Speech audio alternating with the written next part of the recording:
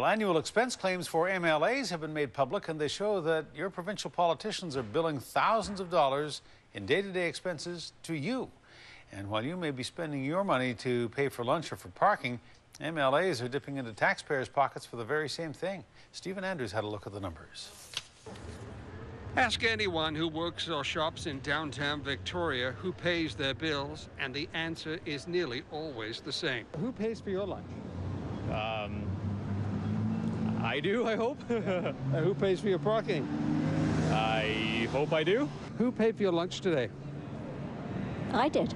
And it should come as no surprise, there is no free lunch. That is, unless you're an MLA. Newly released government records show Vancouver Island MLAs billed more than $118,000 for living expenses last year. MLAs who live outside of Victoria can charge the taxpayer for accommodation and travel. But all MLAs are entitled to $61 a day capital city living allowance to cover expenses when working at the legislature, even if they already live in Greater Victoria. To my standard, $61 would be high. What does it cost to park downtown? $8 a day, $20 a day? And then for lunch, another $20, $30.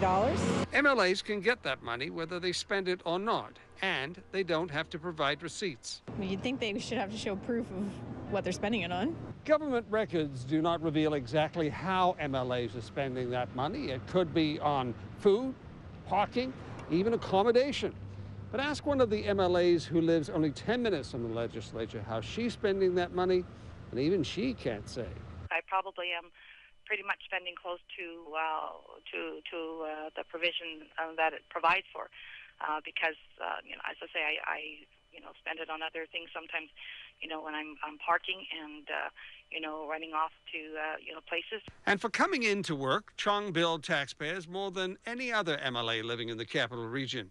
$4,324. That's $3,600 more than her Liberal colleague, Murray Cole, who lives further from the legislature. Well, I can't speak for Murray. I don't know how often he comes into the capital and how often he meets with his staff. I don't do his bookkeeping, so I don't know. Chong says she welcomes the opportunity to discuss whether the capital city living allowance should continue.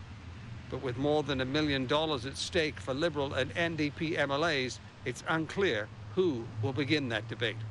In Victoria, Stephen Andrew, A News.